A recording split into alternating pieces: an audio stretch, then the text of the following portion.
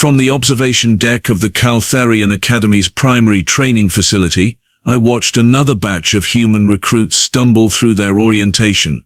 As the senior xenobiologist assigned to this backwater institution, I had seen thousands of species pass through these halls. None had been quite as confusing as humans. My name is Vexthor, and I had spent the last 3 cycles trying to understand why the Galactic Council had insisted on admitting humans to our most prestigious combat academies. Sure, they had won their little war against the Dravok Collective, but that was more luck than skill if you asked me, which nobody did, because apparently my 17 published papers on interspecies combat dynamics meant nothing to the bureaucrats on Zentara Prime. The girl caught my attention immediately, not because she was special, but because she was so distinctly ordinary.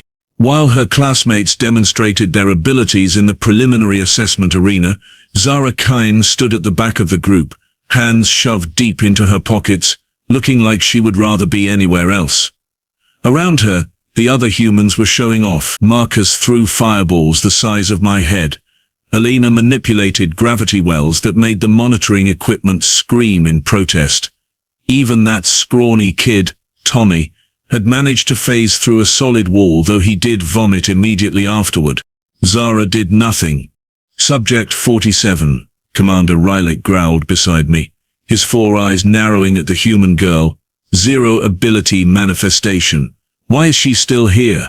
Council orders, I replied, making sure my translator caught the sarcasm. Apparently every human gets a chance regardless of their complete and utter lack of useful skills. Rylak's mandibles clicked in amusement. The others mock her already. Watch. He was right. Marcus had just set a training dummy on fire, and now he was strutting towards Zara with that insufferable human confidence I had come to recognize. His friends followed, forming a semicircle around her. Hey, Powerless, Marcus called out, loud enough for the entire arena to hear. You gonna show us what you can do? Or are you just here to make the rest of us look good? Zara looked up, her face expressionless. I'm here to graduate. Same as you. The arena erupted in laughter. Even some of the alien students joined in. A Kelvorian cadet, all 6 of his arms crossed, shouted something about dead weight. A Thornax warrior clicked her tusks in what I recognized as their version of mockery. Graduate? Elena stepped forward, her eyes glowing with barely contained power. You can't even light a match, Zara. How exactly do you plan to pass the combat trials? The survival simulations? The war games? Zara shrugged. I'll figure it out. More laughter.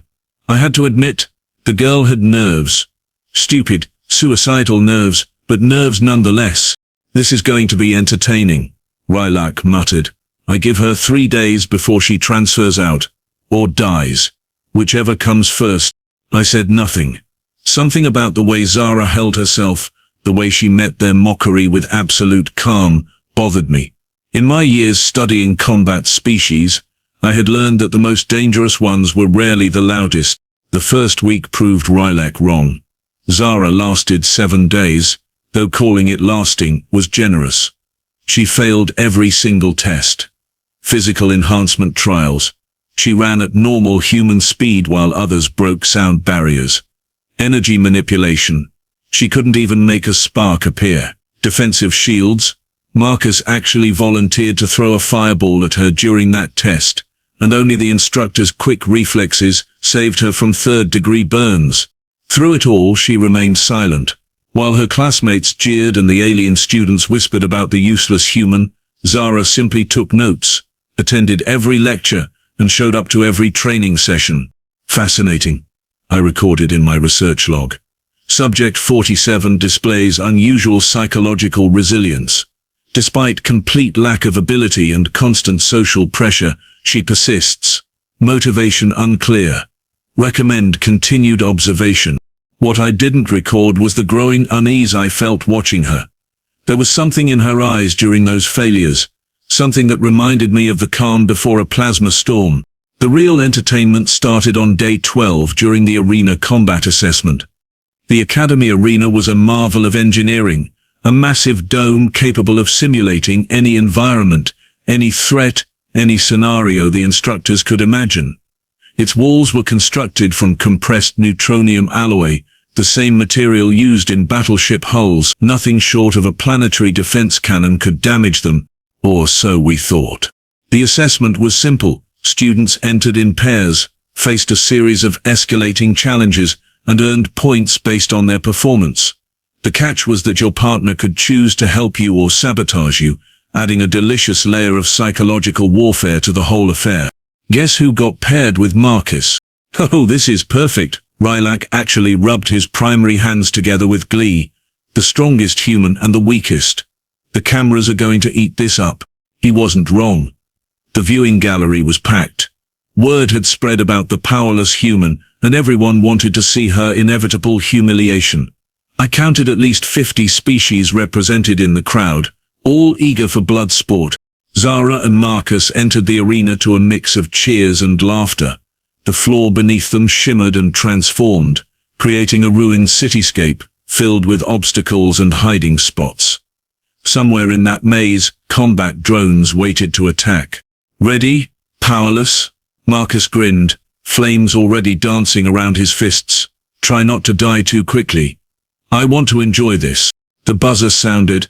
Marcus immediately launched himself into the air using jets of fire from his hands, showboating for the cameras. He spotted the first drone and incinerated it with a blast that made my thermal sensors redline. The crowd cheered. Zara ran, not away from the fight, I noticed, but toward the most complex part of the ruins, where the buildings created narrow passages and blind corners. Smart, if pointless. The drones would find her eventually.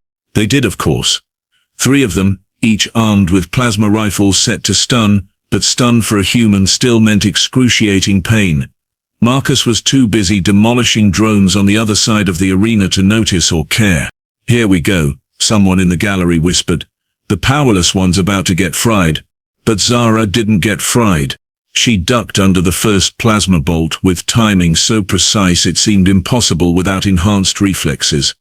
Then she grabbed a piece of rubble, hurled it at the second drone with perfect accuracy, and used the distraction to close the distance on the third. Before anyone could blink, she had wrenched its rifle away and disabled all 3 machines with their own weapons. The gallery went silent. What? Rylak said slowly. Was that? I was too busy analyzing the replay to answer. Zara had moved with absolute efficiency. 0 wasted motion. No superhuman abilities required. Just perfect technique, flawless timing, and what appeared to be years of actual combat training. Impossible, I muttered. Humans aren't supposed to be that skilled without enhancement. Their reaction times, their baseline strength, it's not enough. She just took out 3 Academy combat drones. Rylak interrupted. With their own weapons. While powerless, more drones appeared. Zara dealt with them the same way, moving through the ruins like she had memorized every angle, every line of sight, every possible tactical advantage. Meanwhile, Marcus continued his aerial bombardment, completely unaware that his supposedly useless partner was matching his kill count. The final challenge materialized. A war mech. 12 feet of armored death designed to push even enhanced humans to their limits. Marcus saw it first and grinned. Watch this, everyone, he shouted, gathering flames around both hands until they blazed white hot. This is how you deal with heavy armor. He launched his attack, a concentrated stream of fire hot enough to melt steel. The mech's shields absorbed it easily. While Marcus poured more power into his assault, Zara circled around, studying the machine with those unnervingly calm eyes. Then she moved. She sprinted straight at the mech, dodged its cannon fire, slid between its legs, and jammed her stolen plasma rifle into its rear maintenance port, the one weak point in its armor. The mech exploded in a shower of sparks and metal. Marcus stared, his flames sputtering out. What? How did you? Mechs always have a maintenance port, Zara said quietly, her voice somehow carrying through the silent arena. Usually rear-mounted. Usually unshielded, because who would be stupid enough to get that close? Assessment complete, the arena's automated voice announced. Final scores: Marcus Vale, 4,000 points. Zara Kaine, 4,200 points. The powerless human had won. The gallery erupted in chaos, Accusations of cheating flew immediately, but the footage was clear. Zara had simply been better.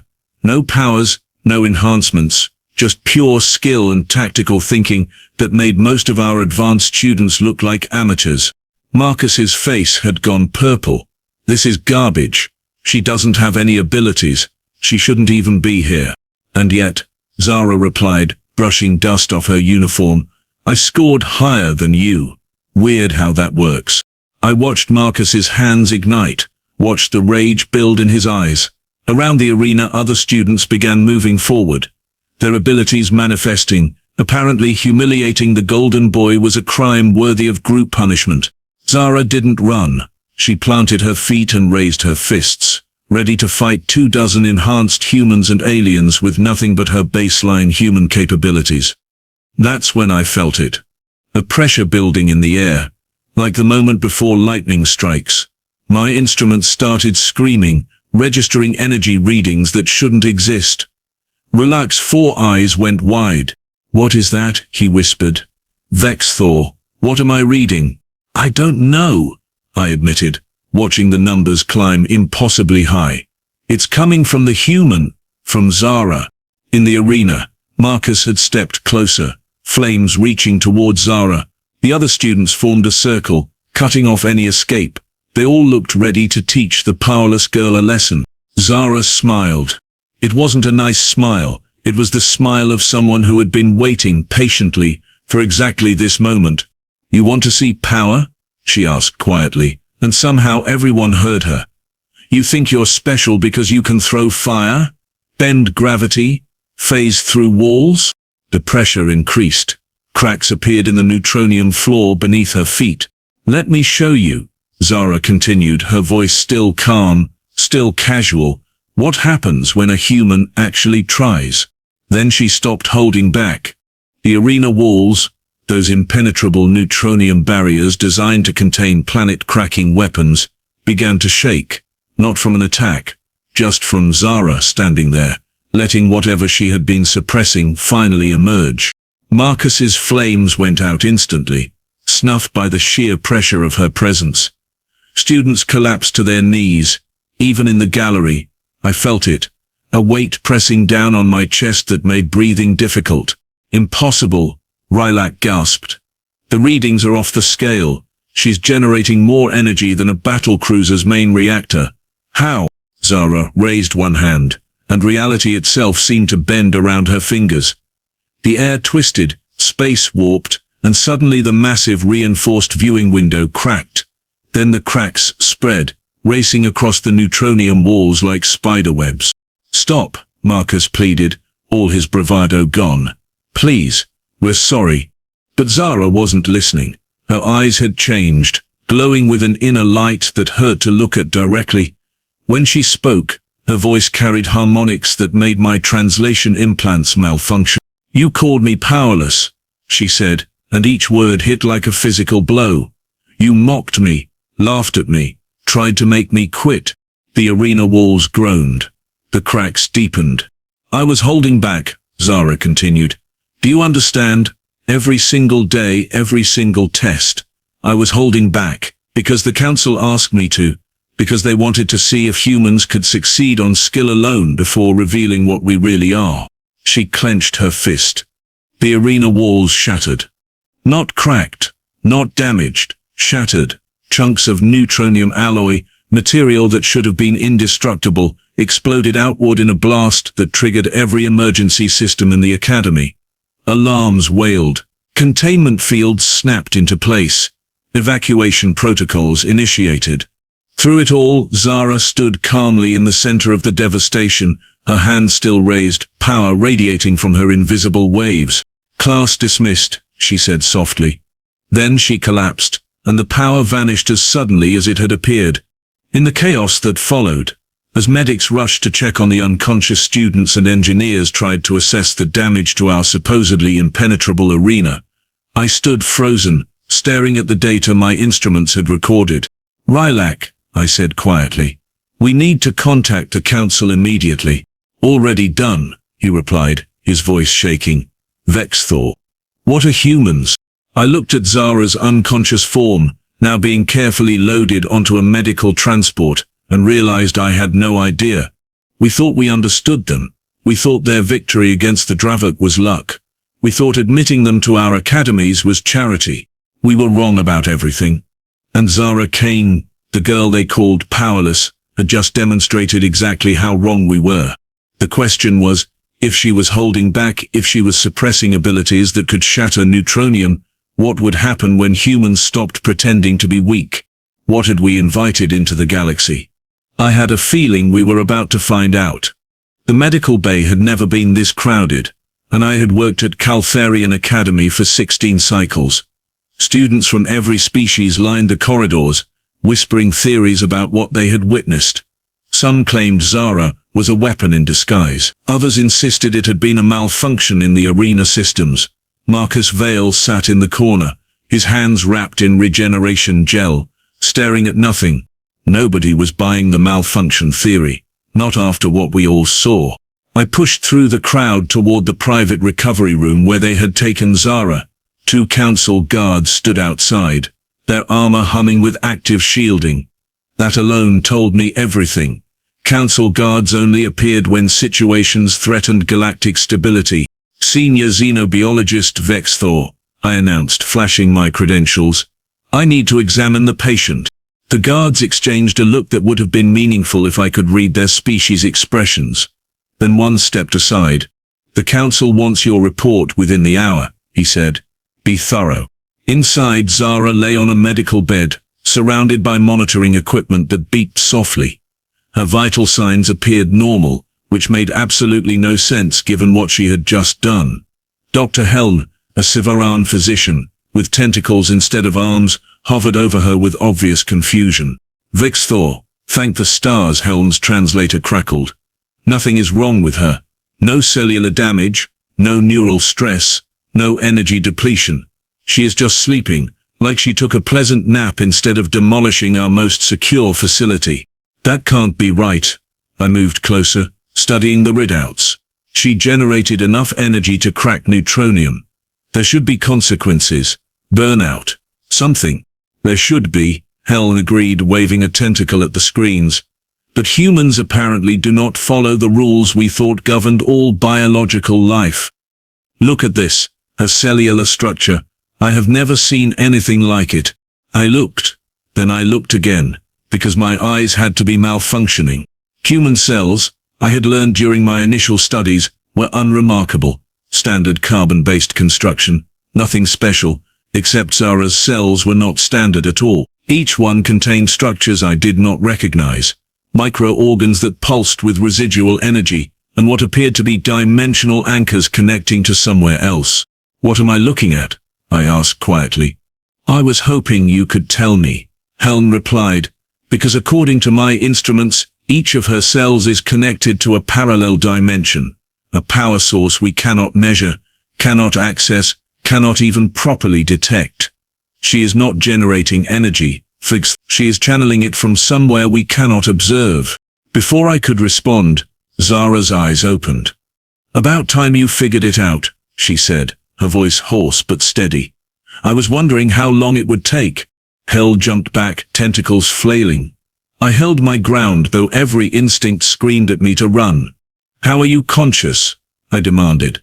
You should be comatose for days after that expenditure. Zara sat up slowly, pushing away the monitoring equipment.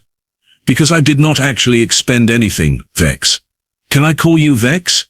Good. I opened a door, let a little bit through, then closed it again. Simple. Simple, I repeated flatly. You shattered neutronium walls. I barely cracked them, Zara corrected, stretching like she had just woken from a normal sleep. If I actually wanted to shatter them, this entire station would be debris. No offense. None taken, I lied. Zara, what are you? What are humans? She looked at me for a long moment and I saw something in her eyes that made my blood run cold. Not cruelty, not malice, just a vast, ancient tiredness that should not exist in someone so young. You really want to know? She asked. Fair warning, the truth is not comfortable. The council will demand answers regardless of comfort. True, Zara stood, ignoring Hell's protests about medical protocols. All right then. Humans are not what you think we are. We never were. She walked to the window overlooking the damaged arena. Repair crews swarmed over the broken walls, their equipment struggling to even cut through the shattered neutronium. You know how every species in the galaxy has an origin story? Zara continued. The Kelvorians evolved from pack hunters, the Thornax from herd animals, the Dravok from predatory insects.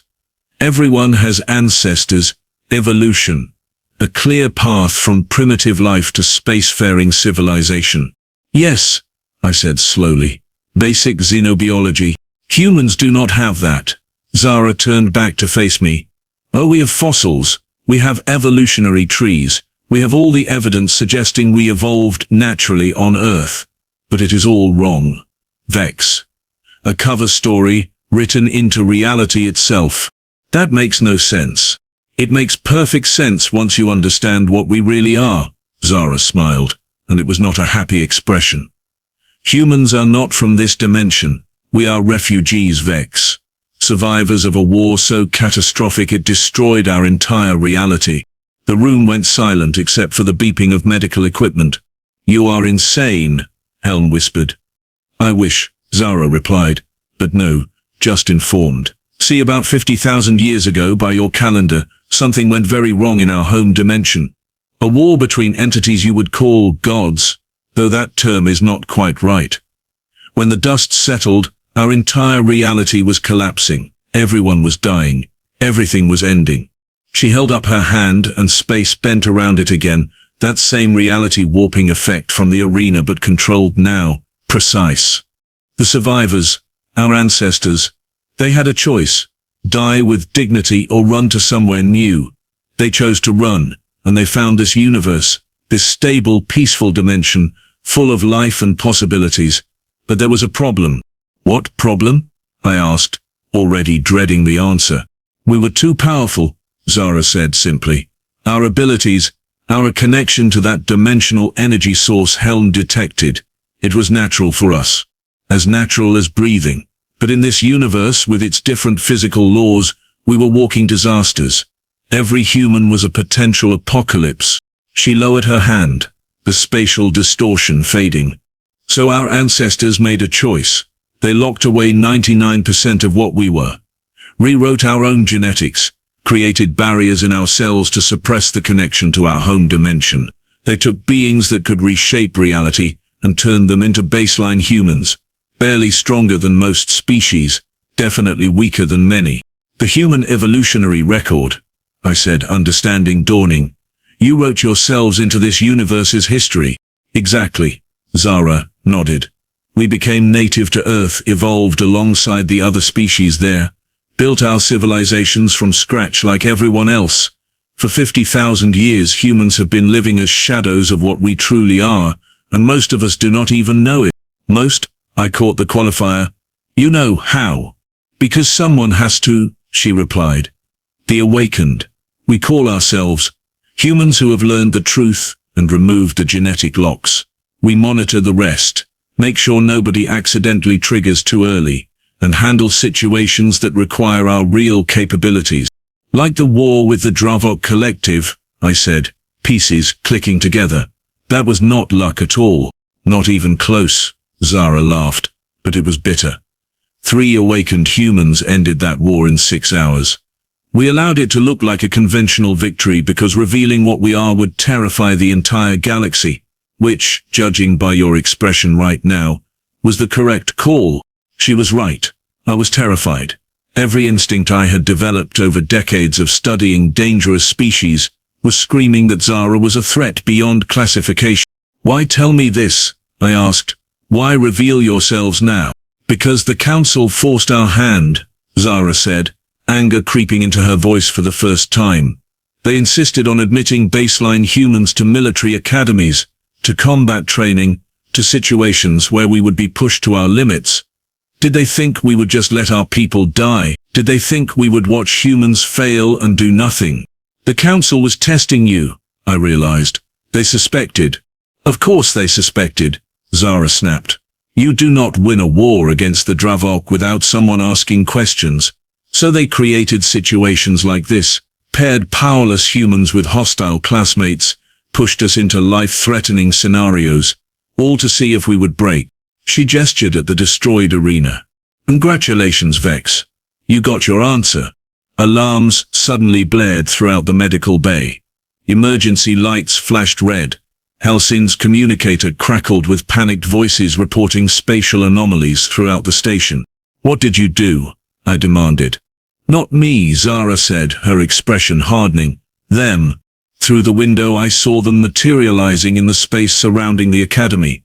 Ships, dozens of them, appearing from nowhere, with the same spatial distortion Zara had demonstrated. But these were not Academy vessels or Council patrol craft.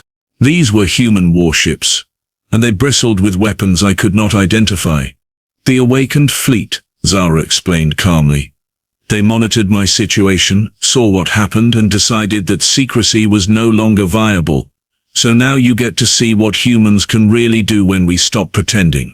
The largest ship moved into position directly above the Academy. It was smaller than a Council battlecruiser, but radiated power that made our sensors scream. Attention Caltharian Academy, a voice boomed through every speaker on the station. This is Commander Liu of the Awakened Fleet. We are here to retrieve our people and discuss new terms with the Galactic Council. Any hostile action will be met with overwhelming response. Please do not make us demonstrate what overwhelming means. This is an act of war, I said, my voice shaking. No, Vex, Zara corrected gently. This is an introduction. The Council wanted to know what humans are. Now they know. We are the species that destroyed our own reality in a civil war and survived. We are the beings who can channel dimensional energy that your science cannot even measure. We are the reason the Dravok Collective collapsed in 6 hours. She walked toward the door, the guards outside wisely stepping aside. We are what happens when you back a sleeping god into a corner and force it to wake up. I followed her out into the corridors where students pressed against windows, staring at the human fleet. Marcus stood there too, his face pale. I am sorry, he said when he saw Zara. I am so sorry. I did not know. None of us knew. I know, Zara replied, not unkindly.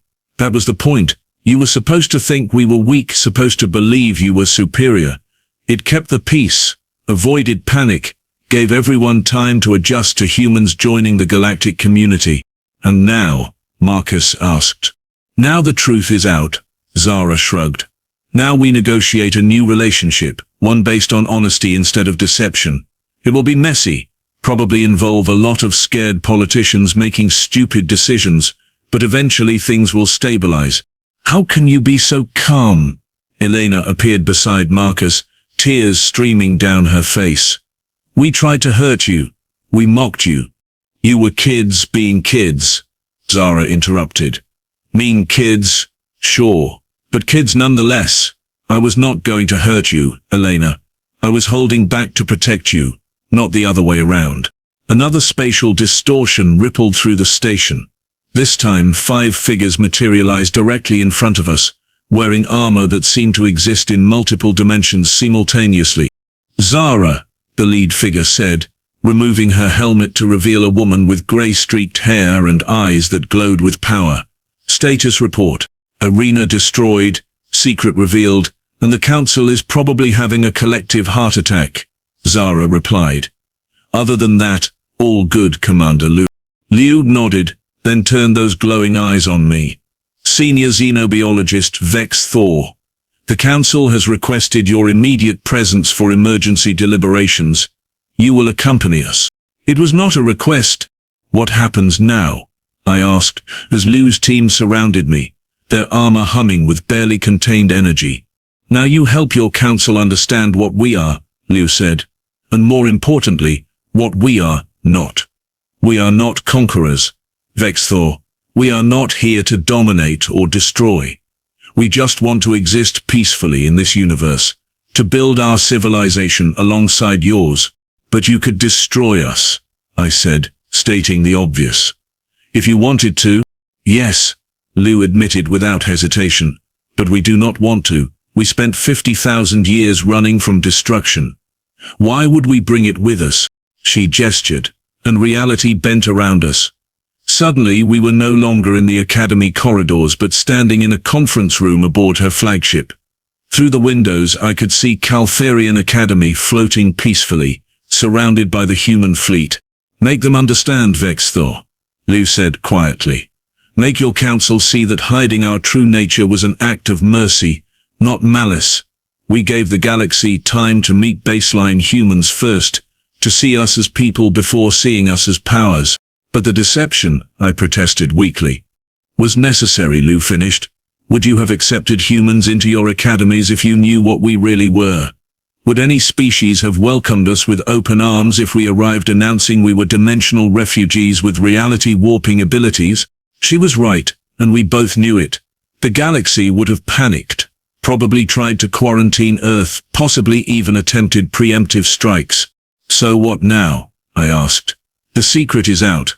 Everyone knows. How do we move forward? Carefully, Liu smiled. With a lot of communication, a lot of patience, and hopefully, some understanding. Humans are not your enemies, Vexthor. We are just people who happen to be very, very powerful when we need to be. The conference room doors opened, and council members began filing in, their faces showing various degrees of shock and fear. Here we go, Liu muttered. Remember, Vexthor, we are not monsters. We are just humans. As the emergency session began, as accusations flew and demands were made, I found myself thinking about Zara standing calmly in that arena, holding back apocalyptic power while her classmates mocked her.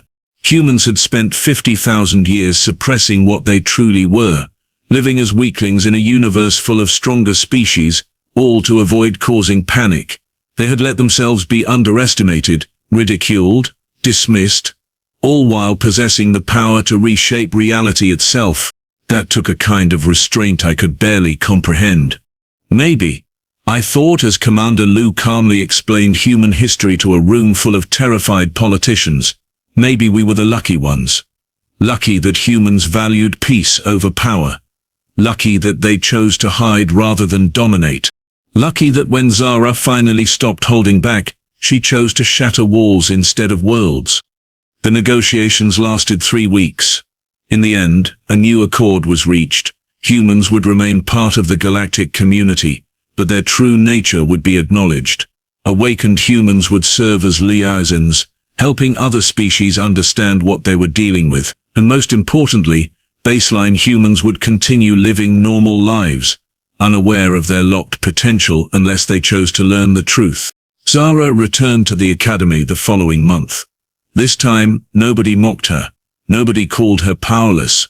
Marcus apologized publicly, Elena became her friend, and slowly, carefully, humans and aliens began building real understanding. I watched from my observation deck as Zara helped a struggling Kelvorian student with combat techniques, teaching him how skill could overcome raw power. Fascinating species, Rylax said beside me. Who would have thought the weakest could be the strongest? They were never weak, I corrected. They were kind. There is a difference. Indeed, Rylax agreed, though I am glad we learned that difference before it was too late. So was I.